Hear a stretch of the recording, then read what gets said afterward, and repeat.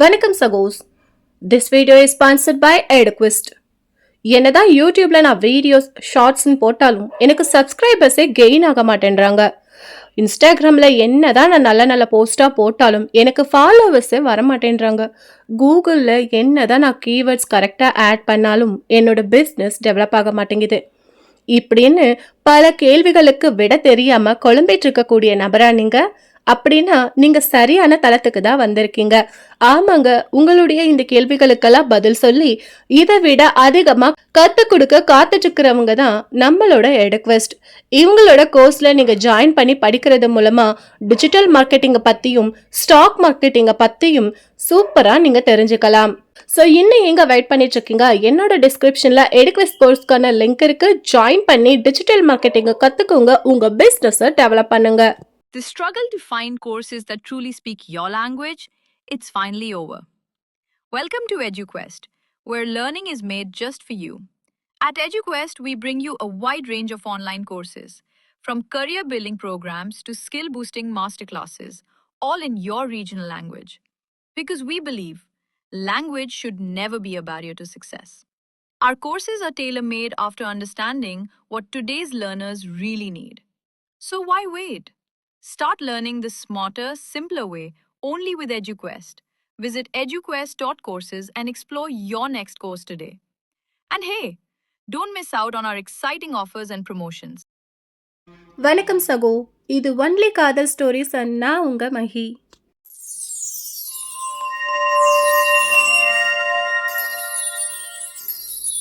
இன்னைக்கு நாம ஒரு அழகான காதல் கதையை தான் கேட்க போறோம். இவ்வுலகத்தில் இருக்கக்கூடிய எந்த ஒரு உறவுக்குமே நம்பிக்கை அப்படின்றது ரொம்பவே முக்கியமாக கருதப்படுது.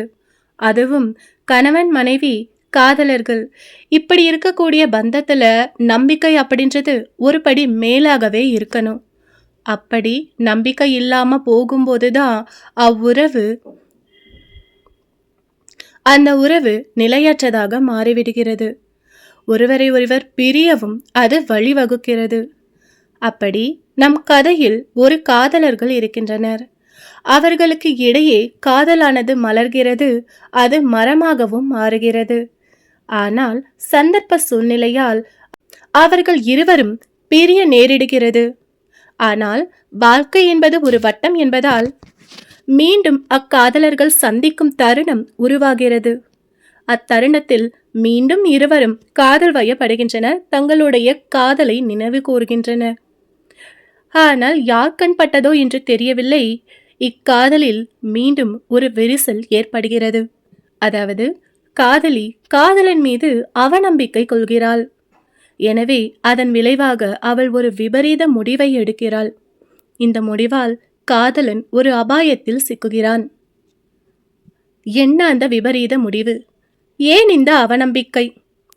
எதனால் காதலி அந்த முடிவை எடுக்கிறாள்?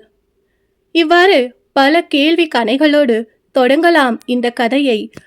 இது அமரர் கல்கி அவர்களின் கைவண்ணத்தில் எழுதிய கல்வனின் காதலி. நான் சொல்ல சொல்ல இக்கதையை நீங்கள் கற்பனை செய்தால் மட்டுமே இந்த கதையின் தாக்கம் உங்களுக்கு கிட்டும். இனி கதைக்குள் செல்வோம். ஒரு சின்ன டிஸ்க்ளைமர் சகோ, இந்த கதை ரொம்ப பொறுமையாக தான் போகும். மற்ற கதைகள் மாதிரி விறுவிறுப்பாக அந்த மாதிரிலாம் நகராது. கதைக்களமானது ஒரு நார்மலாக பொறுமையாக தான் போகும். ஆனால் பொறுமையாக கேட்டுட்டு வாங்க, கண்டிப்பாக பல திருப்பங்களை இந்த கதை கொண்டே இருக்கும். அத்தோட இந்த கதையோட முடிவில் கண்டிப்பாக உங்களுக்கு ஒரு தாக்கம் கிட்டும். அந்த தாக்கத்தால் நீங்கள் நெஞ்சம் பதைப்பதைப்பீங்க. நிச்சயம் சொல்கிறேன், ஒரு 2 நாட்களாவது இந்த கதையோட தாக்கத்திலிருந்து உங்களால் வெளியே வர முடியாது. தொடர்ந்து கேளுங்க இந்த கதையை. அத்தியாயம் 1. பறித்த தாமரை.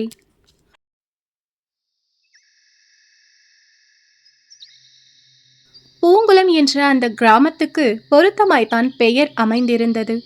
நீர்வளம் நிறைந்த ஊருக்கு உதாரணம் வேண்டுமானால் பூங்குளத்தை தான் சொல்ல வேண்டும்.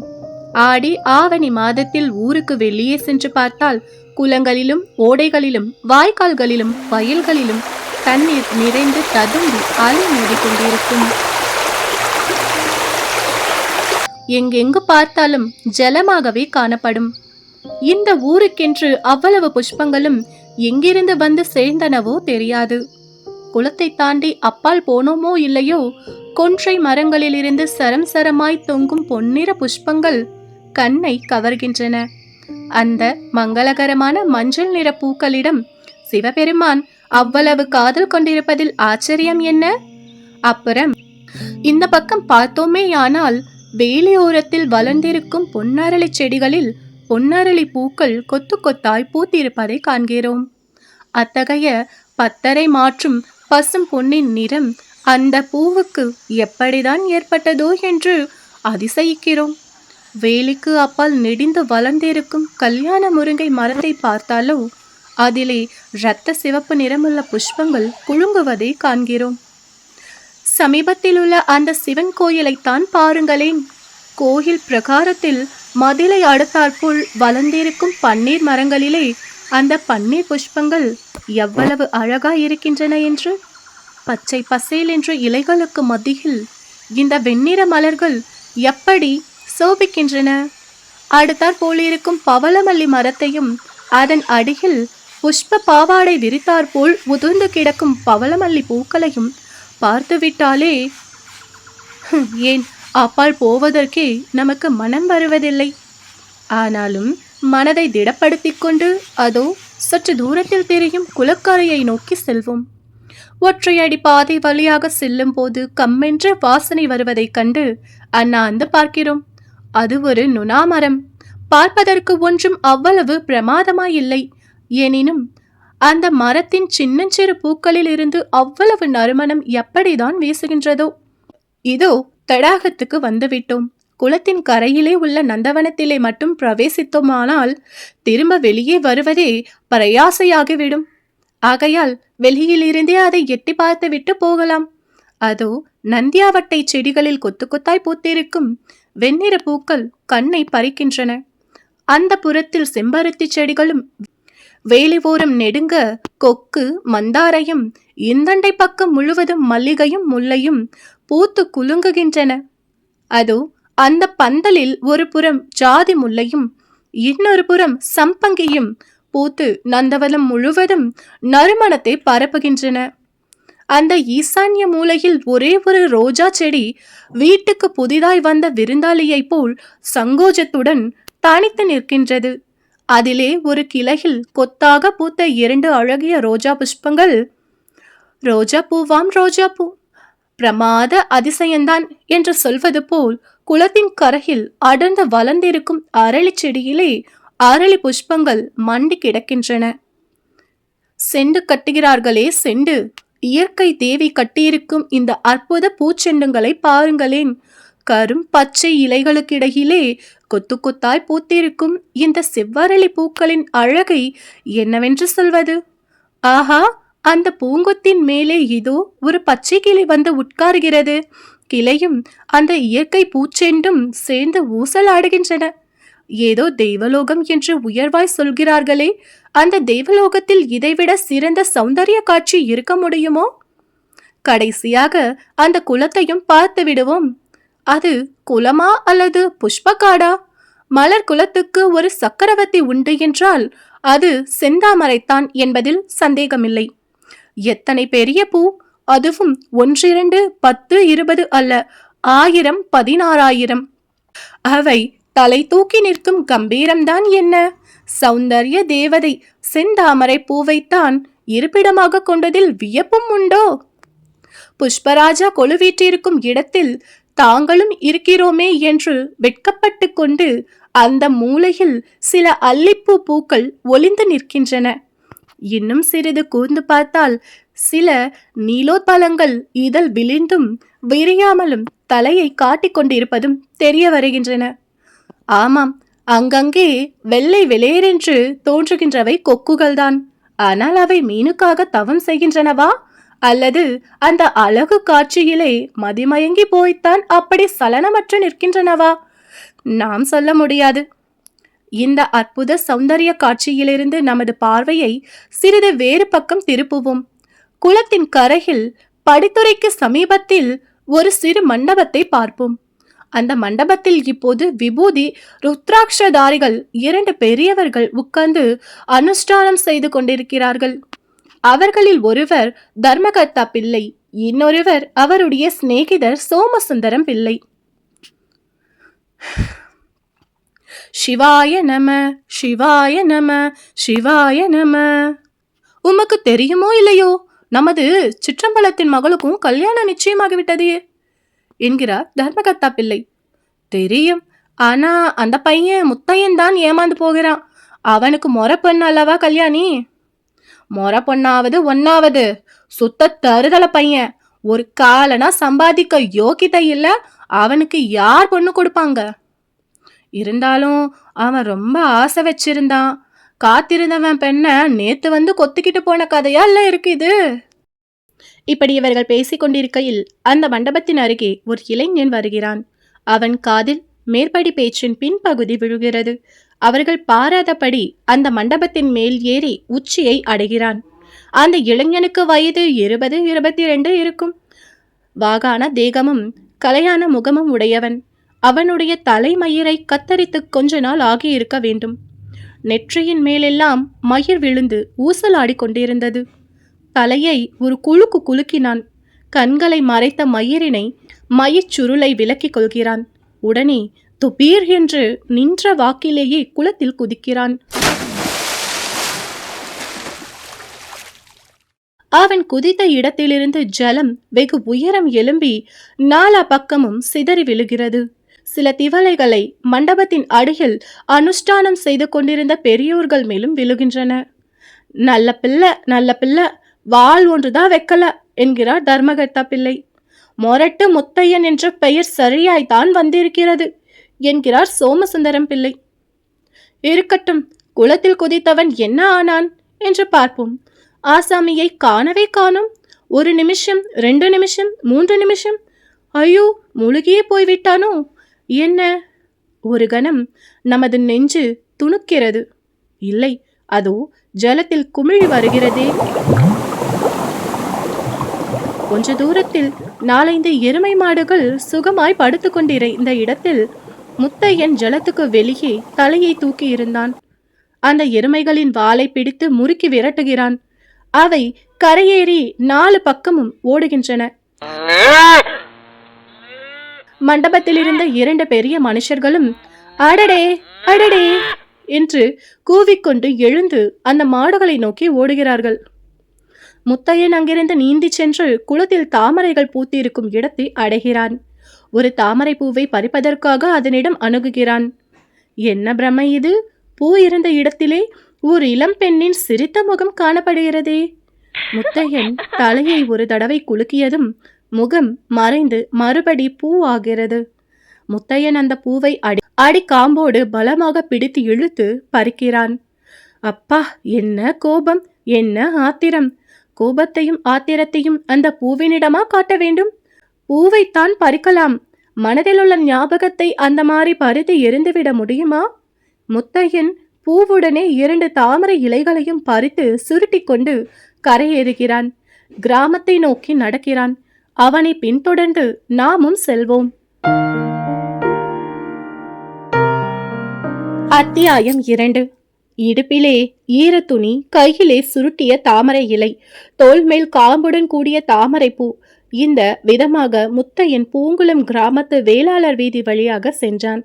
இயற்கையாகவே வேகமான அவனுடைய நடை வீதி நடுவிற்கு வந்ததும் இன்னும் சிறிது விரைவாயிற்று. அப்போது அவன் முகம் சிவந்து கண் கலங்கிற்று. பெருமூச்சு வந்தது.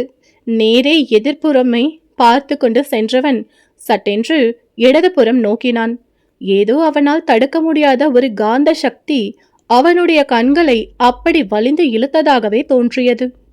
அவன் பார்த்த இடத்துக்கு நேரே வாசலில் பந்தல் போட்ட ஒரு வீட்டின் காமரா உள் தெரிந்தது. அதன் ஜன்னலுக்கு பின்னால் ஒரு பெண்ணின் முகம் காணப்பட்டது. அந்த முகத்தின் கருவிழிகளில் ததும்பி நின்ற ஜலத்துளியை ஊடுருவி கொண்டு ஒரு பார்வை கார்காலத்து மின்னலை போல் கிளம்பி வந்தது. அதன் வேகத்தை சகிக்க முடியாமல் முத்தையன் உடனே தன் கண்களை திருப்பிக் கொண்டான்.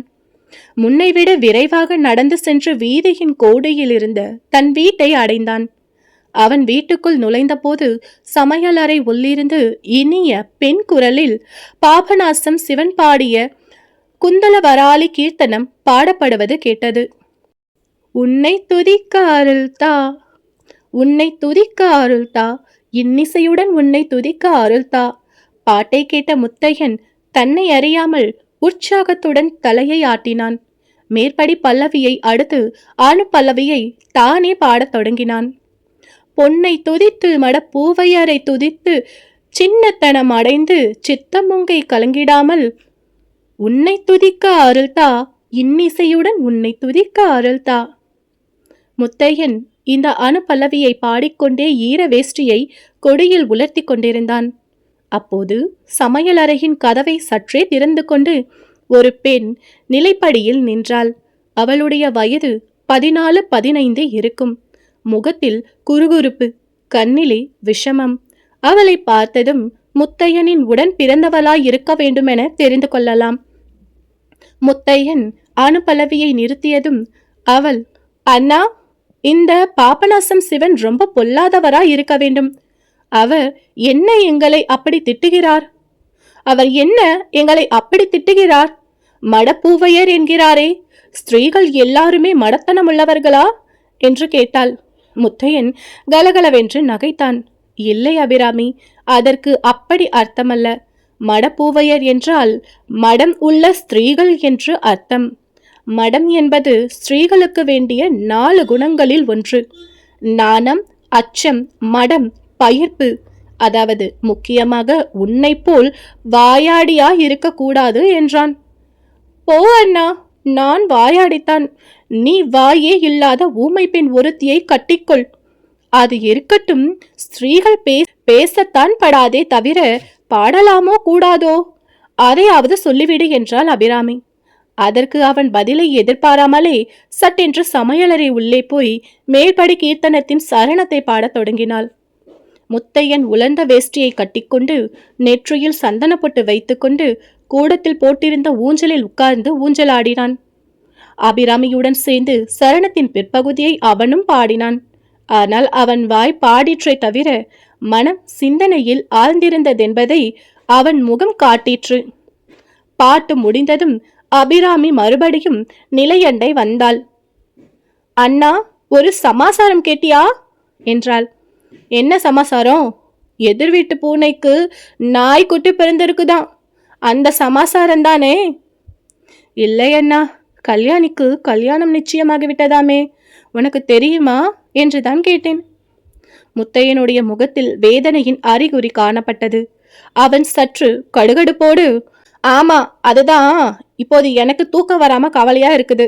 நீ போய் உன் காரியத்தை பாரு என்றான்.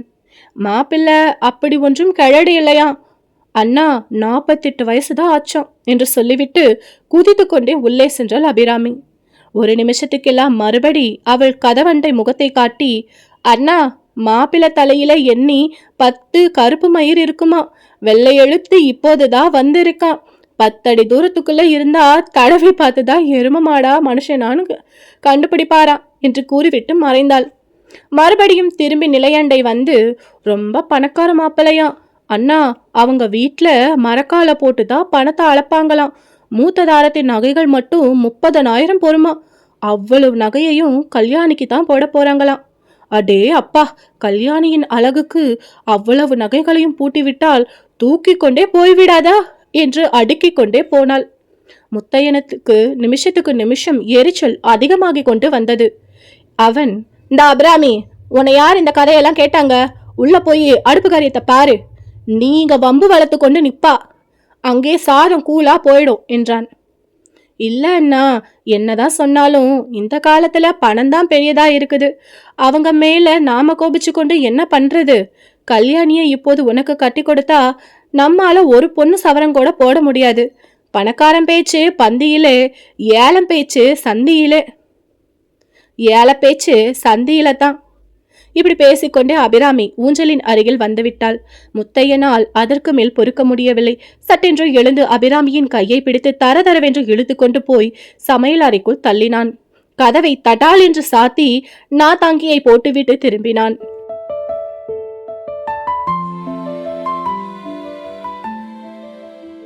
அத்தியாயம் 3. பாழடைந்த கோயில். பூங்குளம் கொள்ளிடத்தின் தென்கரையில் உள்ள கிராமம். ஊருக்கு வடக்கே போகும் குறுகலான வண்டிப்பாதை வழியாக கொஞ்ச தூரம் போனோமானால் ராஜன் வாய்க்கால் எதிர்படும். சாகுபடி காலத்தில் இந்த வாய்க்காலில் ஒரு ஆள் மட்டத்திற்கு மேல் ஜலம் அதிக விரைவாக போய்கொண்டிருக்கும். மூங்கில் பாலத்தின் வழியாக ராஜன் வாய்க்காலை தாண்டி அப்பால் சென்றால் கொள்ளிடத்தின் லயன் கரையை அடையலாம். லயன் கரையிலிருந்து வடக்கே பார்த்தால் வெகு தூரத்துக்கு நாலா பக்கமும் அடர்ந்த காடுகள் தென்படும். தண்ணீர் துறைக்கு போக ஒரு குறுக்கலான ஒற்றையடை பாதை மட்டும்தான் இந்த காட்டை பிளந்து கொண்டு போகின்றது. நீரோட்டத்துக்கு அருகே போக போக மரம் செடி கொடிகளின் நெருக்கம் குறைந்து வந்து நீர்க்கரையில் ஒரே நாணல் காடாய் இருப்பதை காண்போம். அந்த பிரதேசத்தில் லயன் கரைக்கும் நதியில் நீரோடும் இடத்துக்கும் வெகு தூரம் இருக்கிறது. சில இடங்களில் 2 பர்லாங்கு தூரம் கூட இருக்கும். கிழக்கேயும் மேற்கேயும் பல மைல் தூரத்துக்கு அடர்த்தியான காடுதான். பல்வேறு காட்டு மரங்களும் முட்செடிகளும் கொடிகளும் செறிந்து வளர்ந்து மனிதர்கள் அந்த காட்டிற்குள் நுழைவது அசாத்தியம் என்று தோன்றும். ஆனால் கொள்ளிடக்கரையிலே பிறந்து வளர்ந்தவர்களுக்கு அந்த காட்டுக்குள் பிரவேசிப்பது மிகவும் சகஜமான காரியமாய் இருக்க வேண்டும். இல்லாவிட்டால் அதோ அந்த இளநங்கை அவ்வளவு லாவகமாக அந்த செடி கொடிகளை விலக்கி கொண்டு செல்கிறாளே, அது எப்படி சாத்தியம்? ஆமாம், நேற்று முத்தையன் வீதி வழியே வந்தபோது பந்தல் போட்ட வீட்டின் காமரா உள் ஜன்னலுக்கு பின்னால் கண்ணும் கண்ணீருமாய் நின்றாலே அந்த பெண்தான் இவள். முன் அத்தியாயத்தில் நடந்த சம்பாஷணையை கொண்டு இவள்தான் கல்யாணி என்று நாம் ஊகிக்கலாம். அவளுக்கு 17-18 பிரயாயம் இருக்கும். அவளுடைய முகத்திலே எழிலுடன் கம்பீரமும் கலந்திருந்தது. அவள் நடையிலே அழகுடன் மிடுக்கும் காணப்பட்டது. நீண்டு பறந்த அவள் கண்களிலோ தன்மையுடன் தணலின் ஜுவாலையும் வீசிற்று. அடர்ந்த காட்டிற்குள் அலட்சியமாய் நுழைந்து செல்லும் கல்யாணியை பின்தொடர்ந்து நாமும் போகலாம் வாருங்கள். அதோ அது என்ன, யாரோ பாடும் குரல் கேட்கிறதே. அந்த குரலில் தான் எவ்வளவு தீனம், எவ்வளவு துயரம். பாட்டின் ராகமும் விஷயமும் அந்த சோகமான குரலுக்கு பொருத்தவாகவே இருந்தது. உண்டான போது கோடி உரன்முறையோர்கள் வந்து கொண்டாடி தொண்டாகிக் கொள்வார் தனங்குறைந்தால் கண்டாலும் பேசாரிந்த கை தவமா பொல்லா சண்டாலா உலகத்தில் சத்குருக்களை தேட என்றைக்கு சிவகிருபை வருமோ, ஏழை எம் மஞ்சளம் அருமோ, என்றைக்கு சிவகிரம் வருமோ. பாட்டின் குரல் வந்த வழியே கல்யாணி சென்றாள். கொஞ்ச தூரம் போனதும் காட்டிலே கொஞ்சம் இடைவெளி தென்பட்டது. என்ன ஆச்சரியம், இங்கே ஒரு பாழடைந்த கோவில் அல்லவா இருக்கிறது. இந்த மாதிரி கோவில் ஒன்று இங்கே இருப்பது அதற்கு சமீபத்தில் வரும் வரைக்கும் யாருக்குமே தெரியாது. ஒரு காலத்தில் அது ஏதோ கிராம தேவதையின் ஆலயமாய் இருக்க வேண்டும். இடிந்து போன சுவர்களில் செடிகள் முளைத்து மண்டி கிடந்தன. ஒரு பக்கத்தில் வேண்டுதல் செய்து கொண்டவர்கள் கொண்டு வந்து வைத்த மண்குதிரைகளும் யானைகளும் உடைந்து கிடந்தன. இன்னொரு பக்கம் பெரிய கரையான் புற்றுக்கள் காணப்பட்டன.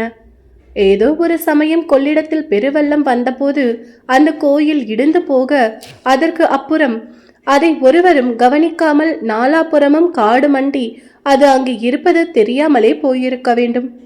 இந்த கோவிலின் வாசலில் ஒரு சிறு திண்ணை பாதி இடிந்து கிடந்தது. அதன் பக்கத்தில் ஒரு பெரிய நாவல் மரம் கிளம்பி நிழல் தந்து கொண்டிருந்தது. அந்த இடிந்த திண்ணையின் மேல் உட்கார்ந்து மேற்சொன்னவாறு பாடிக்கொண்டிருந்தான் முத்தையன். கல்யாணி அடிமேல் அடி வைத்து ஓசை கேட்காதபடி நடந்து வந்தாள். முத்தையனுக்கு பின்புறமாய் வந்து நின்று அவன் தலையில் கட்டியிருந்த முண்டாசின் பின் குச்சியை பிடித்து இழுத்துவிட்டு நாவல் மரத்துக்கு பின்னால் மறைந்து கொண்டாள். முத்தையன் திரும்பி பார்க்கவில்லை.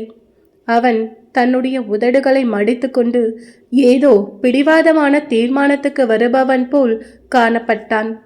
அடுத்த தடவை அவள் அம்மாதிரி முண்டாசை பிடித்து இழுத்த போது முத்தையன் சட்டென்று அவள் கையை பிடித்து கொண்டான். கல்யாணி கலகலவென்று சிரித்தான். ஆனால் முன்புறமாக வந்து முத்தையனுடைய முகத்தை பார்த்ததும் அவளுடைய சிரிப்பு அப்படியே பாதியில் நின்று போயிற்று. கல்யாணி, இது என்ன பைத்தியம்? இங்கு ஏன் வந்தாய்? என்றான் முத்தையன். கல்யாணிக்கு துக்கம் பொங்கிக் கொண்டு வந்தது.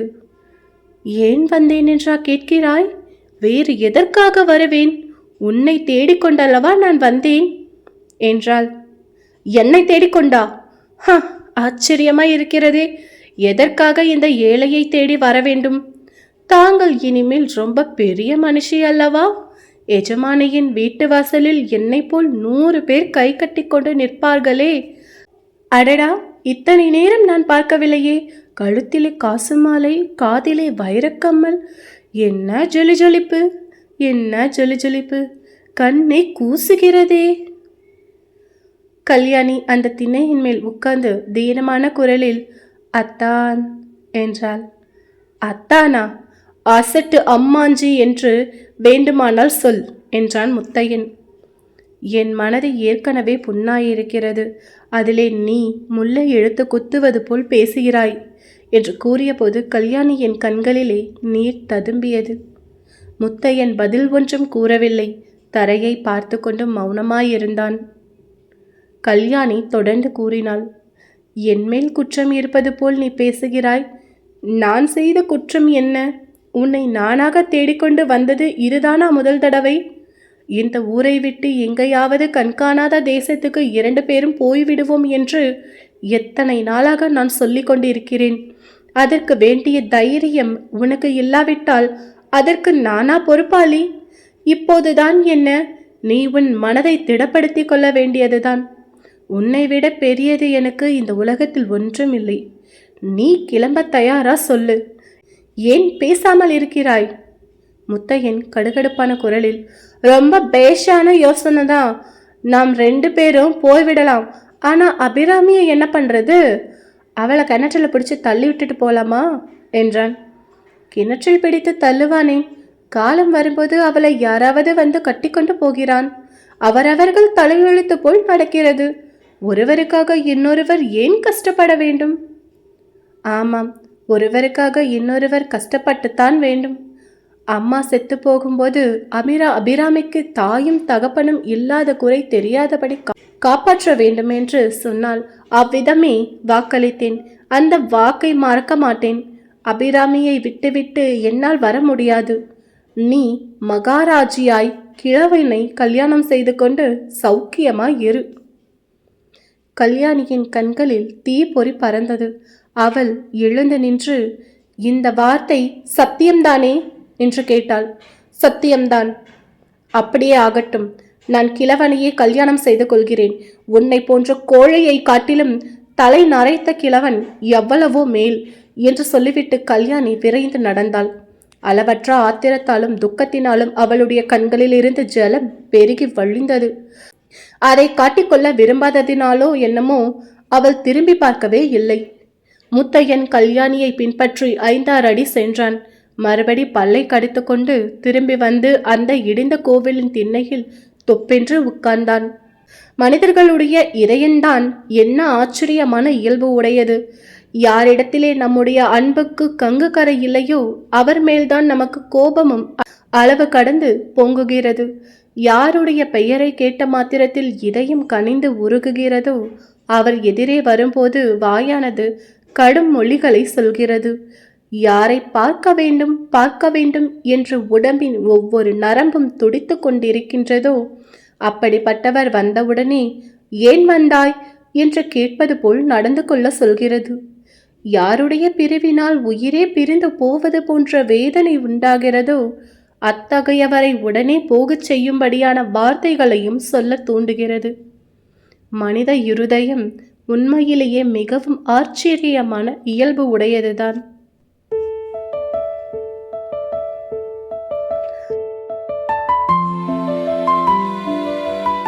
அத்தியாயம் 4. விம்மலின் எதிரொலி. முத்தையன் அபிராமியுடனும் துரதிர்ஷ்டத்துடனும் கூட பிறந்தவன். அவனுடைய தகப்பனாருக்கு பூர்வீகம் பூங்குளம்தான். ஆனால் அவர் இங்கிலீஷ் படித்து உத்தியோக வாழ்க்கையில் ஈடுபட்டவர். ரெவன்யூ இலாக்காவில் தாலுகா ஆபீஸ் குமஸ்தாவாக ஆரம்பித்து படிப்படியாக மேலேறி டெபுட்டி கலெக்டர் ஆபீஸில் தலைமை குமஸ்தாவாக வேலை பார்த்து கொண்டிருந்த சமயம் யாரும் எதிர்பார்த்திராதபடி அவருக்கு மரணம் சம்பவித்தது. அப்போது முத்தையன் ஹைஸ்கூலில் 3வது பாரத்தில் படித்துக் கொண்டிருந்தான். அபிராமி 7 வயது குழந்தை. அவர்களுடைய தாயார் தன் கணவன் இறந்ததும் குழந்தைகளை அழைத்துக் கொண்டு பூங்குளத்துக்கு வந்து சேர்ந்தாள். பூங்குளத்தில் அவர்களுக்கு பிதிராட்சிதமாக 10 ஏக்கரா நன்சை நிலம் இருந்தது.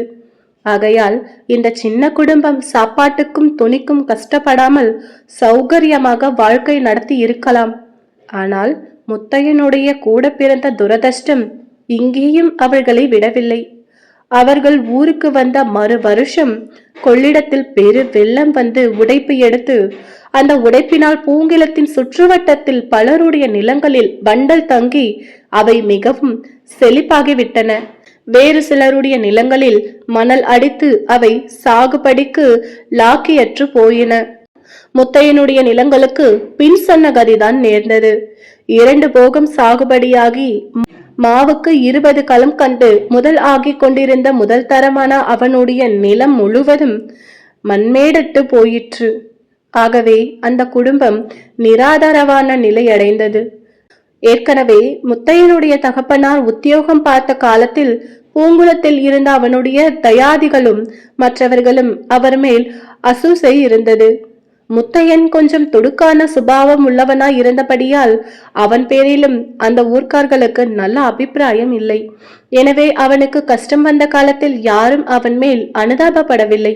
அவனுடைய திமிருக்கு நன்றாய் வேண்டும் என்று தான் நினைத்தார்கள். மேலும் கிராமத்துக்காரர்களில் யாருக்கு யார் ஒத்தாசை செய்ய முடியும்?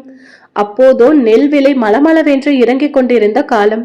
ஆகவே அவரவர்கள் காலட்சேபம் நடத்துவதே கஷ்டமாயிருந்த போது மற்றவர்களுக்கு எப்படி உதவி செய்ய முடியும்? சுமார் 2 வருட காலம் மணலடித்த பூமியை கட்டிக்கொண்டு மாரடித்தான் முத்தையன். அது ஒன்றும் பிரயோஜனப்படவில்லை. மறுபடியும் பள்ளிக்கூடத்தில் சேர்ந்து படித்து பாஸ் பண்ணி உத்தியோகம் பார்க்க வேண்டும் என்ற ஆசை அவனுக்கு உண்டாயிற்று. அவனுடைய தாயார் வைத்திருந்த 2 நகைகளையும் இதனால் சனியன் பிடித்தது. அவற்றை விற்று வந்த பணத்தை எடுத்துக்கொண்டு போய் ஹைஸ்கூலில் பழையபடி 3ஆம் பாரத்தில் சேர்ந்தான். வருஷ கடைசியில் அவனுக்கு பரீட்சை தேரவில்லை. இதில் வியப்பும் கிடையாது. வாழ்க்கையில் அடிபட்டு முதிர்ச்சி அடைந்த அவனுடைய மனது கேவலம் பள்ளிக்கூடத்து பாடங்களில் கவனம் செலுத்த மறுத்துவிட்டது. அவ்வருஷம் பள்ளிக்கூடத்தில் படித்தபோது பெரிய மனுஷர்களின் பிள்ளைகள் சிலருடன் அவனுக்கு சிநேகிதம் ஆகியிருந்தது. இதன் பலனாக அவன் மோட்டார் வண்டி விடுவதற்கு கற்றுக்கொண்டான். பரீட்சை தேராமற் போகவே அவன் படிப்பை விட்டுவிட்டு ஒரு பெரிய மிராசுதாரியிடம் மோட்டார் டிரைவராக அமர்ந்தான். அந்த காலத்தில் மிராசுதாரர்கள் வாங்கிய மோட்டார்களை எப்படி கையை விட்டு கழிப்பது என்று கவலைப்பட்டு கொண்டிருந்தார்கள். எனவே அவன் டிரைவராக போய் 6 மாதத்திற்கு மேல் யாரும் வண்டி வைத்து கொண்டிருக்கவில்லை. கடைசியாக அவன் டிரைவராக இருந்த பெரிய மனுஷரிடம் பலத்த சண்டை போட்டுக்கொண்டு இனிமேல் ஒருவரிடமும் சம்பளத்துக்கு டிரைவராய் இருப்பதில்லை என்று சபதம் செய்து கொண்டு கிராமத்திற்கு திரும்பினான். ஒன்றுக்கு பின் ஒன்றாக வந்த துன்பங்களால் மனம் இடிந்து போயிருந்த முத்தையனுடைய தாயார் அவன் ஊருக்கு திரும்பி வந்த சில நாளுக்கெல்லாம் பிள்ளையையும் பெண்ணையும் உலகில் தன்னந்தனியாக விட்டுவிட்டு காலஞ்சென்றாள். 2வது தடவை முத்தையன் ஹைஸ்கூலில் சேர்ந்து படிக்கப் போனான் என்று சொன்னோம் அல்லவா? அதற்கு அவனுக்கு தூண்டுகோலாய் இருந்த மற்றொரு காரணமும் உண்டு. அந்த காரணம் கல்யாணிதான். கொள்ளிடத்தில் உடைப்பு எடுத்த வருடத்தில் அவன் ஒரு நாள் வண்டி மாட்டுக்கு நல்ல தார்குச்சி சம்பாதிப்பதற்காக படுகை காட்டில் புகுந்து போய் கொண்டிருந்தான். அப்போது திடீரென்று ஐயையோ ஐயையோ என்று ஒரு சிறு பெண்ணின் குரல் கேட்கவே அந்த திசையை நோக்கி விரைந்து ஓடினான். முன் அத்தியாயத்தில் நாம் பார்த்த பாழடைந்த கோவிலை அடைந்தான். அங்கே ஆச்சரியத்தையும் திகிலையும் ஒருங்கேயளித்த ஒரு காட்சியை கண்டான். நாவல் மரத்தின் கிளைகளில் ஒன்றில் கல்யாணி உட்கார்ந்திருந்தால் அந்த கிளைக்கு நேர்கீழே பாழும் கோவில் மண்டபத்தின் மீது ஒரு பெரிய குரங்கு உட்கார்ந்திருந்தது. அது கல்யாணி இருந்த கிளையின் மேல் தாவுவதற்கு எத்தனம் செய்து கொண்டிருந்தது. முத்தையன் ஒரு பெரிய அதட்டல் போட்டான். குரங்கு அவனை பார்த்து உர் என்று பல்லை காட்டி உருமியது. பின் அது காட்டில் ஓடி மறைந்தது.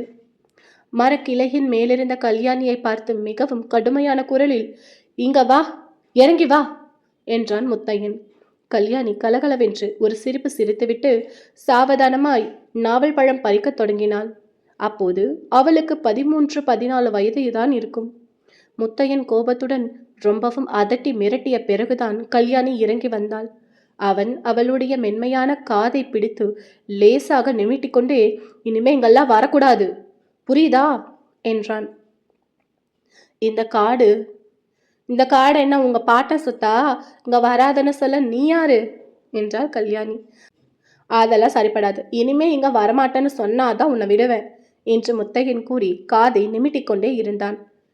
அடடா, ஒரு குரங்கு கிட்ட இருந்து தப்பிச்சு இன்னொரு குரங்கு கிட்ட மாட்டிக்கிட்ட கதையல்லவா இருக்கு என்றாள் கல்யாணி.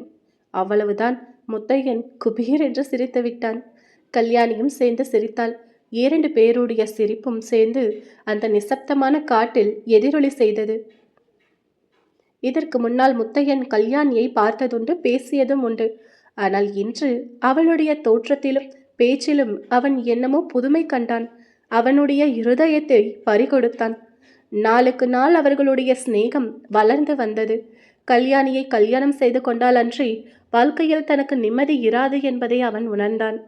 ஆனால் அவள் சொத்துக்காரி, தானோ ஒன்றுமில்லாதவன். இதையெல்லாம் உத்தேசித்து அவளை கல்யாணம் செய்து கொள்ள தகுதி பெறும் பொருட்டே அவன் மறுபடியும் படிக்கச் சென்றது. நன்றாய் படித்து பெரிய உத்தியோகத்துக்கு வந்துவிட்டால் கல்யாணியை தனக்கு கொடுக்க மறுக்க மாட்டார்கள் அல்லவா?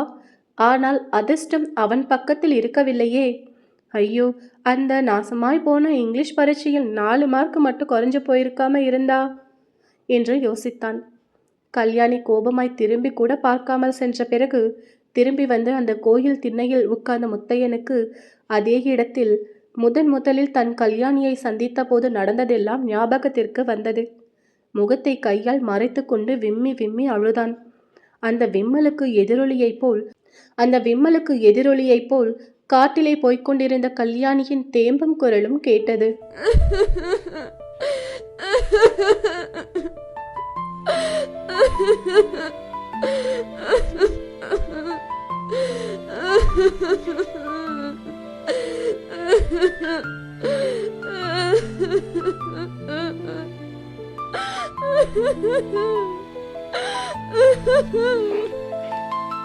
ஓகே சகோஸ், முத்தையனும் கல்யாணியும் சேருவாங்களா?